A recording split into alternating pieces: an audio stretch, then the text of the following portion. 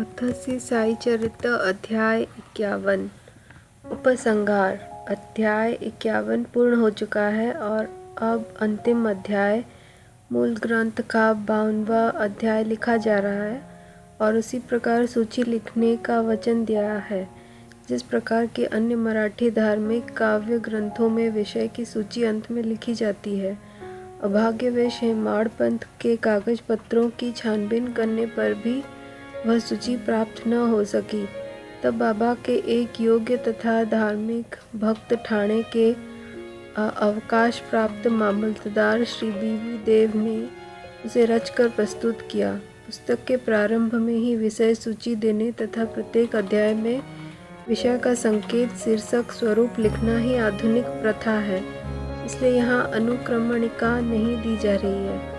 अतः इस अध्याय के उपसंहार समझना ही उपयुक्त होगा। अभाग्यवश हेमाड़ पंथ उस समय तक जीवित न रहे कि वे अपने लिखे हुए इस अध्याय की प्रति में संशोधन करके उसे छपने योग्य बनाते।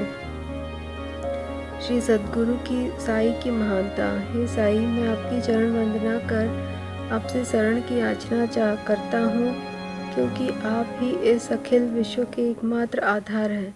यदि ऐसी ही धारणा लेकर हम उनका भजन पूजन करें तो यह निश्चित है कि हमारी समस्त इच्छाएं शीघ्र ही पूर्ण होंगी और हमें अपने परम लक्ष्य की प्राप्ति हो जाएगी। आज निंदित विचारों के तट पर माया मोह के झंझावत से धैर्य रूपी वृक्ष की जड़ें उखड़ गई है।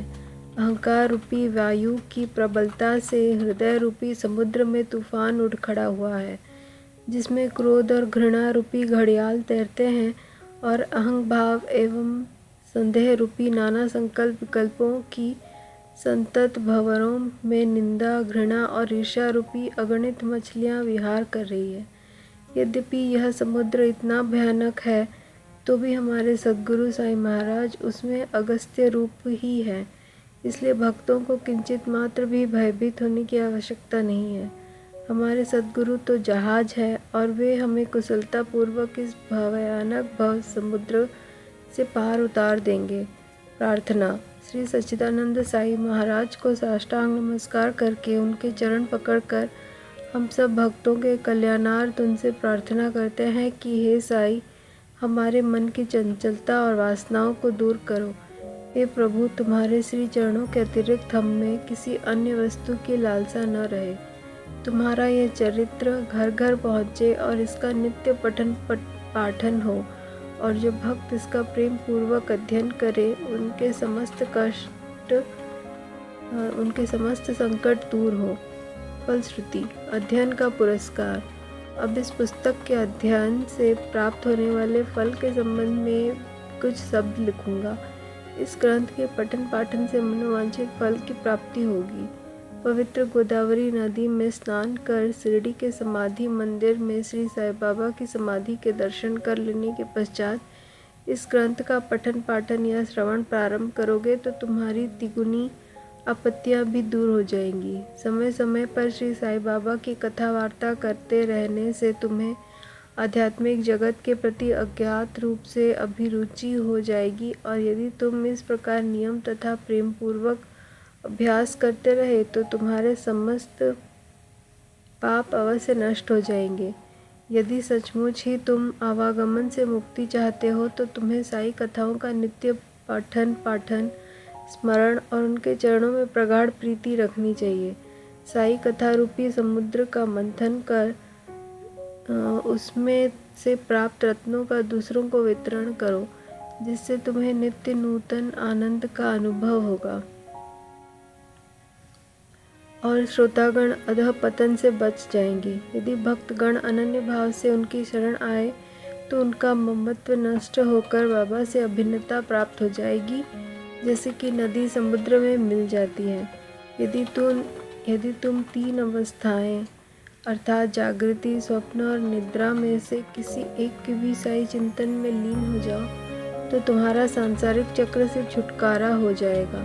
स्नान कर प्रेम और श्रद्धा युक्त होकर जो इस ग्रंथ का एक सप्ताह में पठन समाप्त करेंगे उनके सारे कष्ट दूर हो जाएंगे। या जो इसका नित्य पठन या श्रवण करेंगे उन्हें सब भयों से तुरंत छुटकारा मिल जाएगा। इसके अध्ययन से हर एक को अपनी श्रद्धा और भक्ति के अनुसार फल मिलेगा, परंतु इन दोनों के अभाव में किसी भी फल की प्राप्ति होना संभव नहीं है।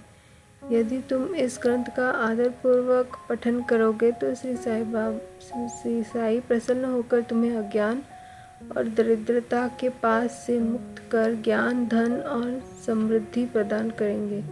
यदि एकाग्रचित्त होकर नित्य एक अध्याय ही पढ़ोगे तो तुम्हें अपरिमित सुख की प्राप्ति होगी।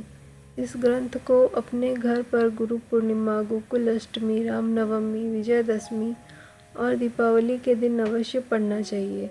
यदि ध्यान पूर्वक तुम केवल इसी ग्रंथ का अध्ययन करते रहोगे तो तुम्हें सुख और संतोष प्राप्त होगा और सदैव श्री साई चरणाविंदों का स्मरण बना रहेगा और इस प्रकार तुम भवसागर से सहज ही पार हो जाओगे।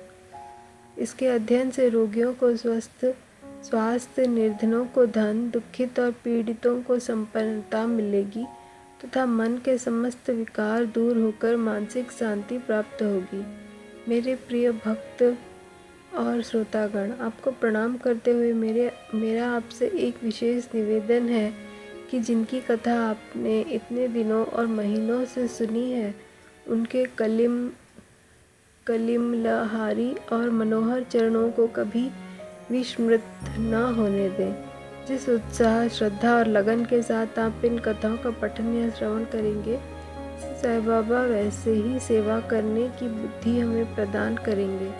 लेखक और पाठक इस कार्य में परस्पर सहयोग देकर सुखी होंगे। प्रसाद याचना।